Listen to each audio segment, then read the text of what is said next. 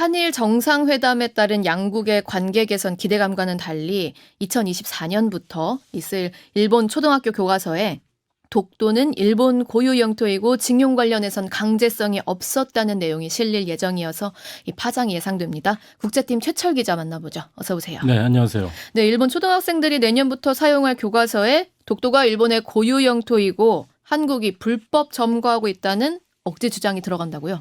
네, 먼저 독도를 일본의 고유 영토라고 못 박은 부분이 눈에 띕니다. 네. 그동안 일본 초등학교 교과서에는 독도를, 그러니까 일본 말로는 다케시마죠. 다케시마를 그냥 일본 영토 네. 이렇게 표현하거나 또 어떤 교과서에는 일본 고유 영토 이렇게 혼재해서 사용했는데 이번에 일본 고유 영토로 이제 통일한 겁니다. 그러니까 고유란 말이 이제 표현이 들어가면 어떻게 되냐면 독도는 역사적으로 한 번도 다른 나라의 영토에 된 적이 없다. 이런 의미가 부과가 되는 거죠. 네네.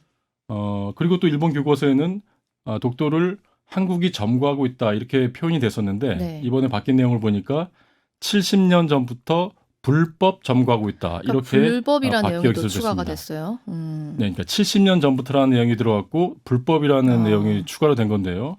그러니까 이제 일본 주장을 따르자면 역사적으로 계속 일본 땅이었는데 약 70년 전부터 한국이 불법적으로 점거하고 있다. 또 이렇게 한시적으로. 그렇죠. 한시적으로 불법적으로 이런 내용을 좀 강조하려고 이번에 새 교과서에서는 그런 내용이 추가가 됐고요. 네네.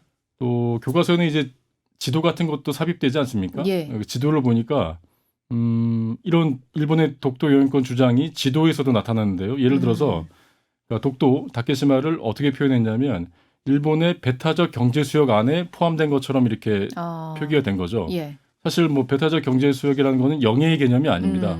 그런데 일부러 그 배타적 경제 수역을 넓게 이렇게 그리면서 그 안에 독도가 들어와 있는 것처럼 일본 영토인 지도에. 것처럼 보이게. 그러니까 얼핏 보면 이거 일본 영토구나 이렇게 일본 초등학교 애들은 그렇게 이제 인식할 수 있는 거죠. 네. 또 이제 그 전에 교과서와 마찬가지로 지금 교과서도 울릉도와 이제 독도 사이에 사선으로 이렇게 점선을 이제 그어놨습니다. 이게 뭐냐면 독도는 자기네 땅이다 이런 얘기죠. 그러니까 또 울릉도와 독도는 같은 나라의 땅이 될 수 없다 이런 걸 또 은연중에 계속 강조하려고 한 것 같습니다. 독도 문제도 그렇고요. 그 일제강점기 조선인 징병에 관한 기술도 이 강제성을 희석하는 방향으로 바뀌었다면서요. 그렇습니다. 그러니까 한국이 강제징용 피해자에 대한 해결책을 발표도 한 마당인데 지금 거의 뒤통수 맞은 분위기거든요. 그러니까요. 좀 기분이 썩 좋지는 않은 부분인데요. 네네. 내년부터 쓰일 일본 초등학교 교과서를 보니까 징병 관련 기술에서는 아까 네. 앵커님 말씀하셨지만 지원이라는 말을 추가했어요. 그러니까 자발적으로 지원했을 가능성도 있다. 뭐 이렇게 표현한 거겠죠. 예. 그러면서 이제 강제로 한 게 아니다. 뭐 이렇게 하는 거죠. 그러니까 징병이란 말 자체가 어원은 국가가 이제 병역 의무자를 강제적으로 소집해서 그렇죠. 군 복무를 시킨다는 내용 의미가 포함되어 있는 거거든요. 근데 그럼에도 불구하고 지원이라는 말을 넣으면서 뭔가 자발성이 있는 그런 거를 듯한. 자기네들의 어떤 그 책임을 좀 회피하려는 그런 식으로 되어 있습니다. 내용을 보니까 원래는 조선인 남성은 일본군의 병사로서 징병됐다 이렇게 돼 있었는데 네. 이 표현이 조선인 남성은 일본군의 병사로 참가하게 되고 후에 징병제가 취해졌다. 또 어떤 교과서는 지원해서 병사가 된 조선의 젊은이들 이렇게 표현이 된 겁니다. 아까 말씀드렸지만 이렇게 되면 일제강점기에 많은 조선인들이 자발적으로 일본군에 참여를 했고 또 더 나아가서는 일제가 징병제를 뭐 굳이 이렇게 강제적으로 하지 않았다. 이런 식의 인식도 줄 수 있는 표현이라고 할 수 있겠습니다. 이 부분들 말고 또 기존 교과서와 달라진 내용이 있습니까? 네, 이제 일본 중고등학교 교과서에는 이제 위안부 문제가 들어가긴 하는데요. 초등학교 교과서에는 아예 위안부 문제는 빼버렸습니다. 그러니까 이번에도 위안부 문제는 들어가지 않고요. 네네. 다만 새로운 교과서 내용을 보니까 고대사 부분을 설명하면서 우리나라가 일본에 영향을 미친 부분을 좀 축소한 부분이 눈에 띄고요. 또 임진왜란 관련해서도 조선의 피해에 대해서는 생략해버린 책도 있었습니다.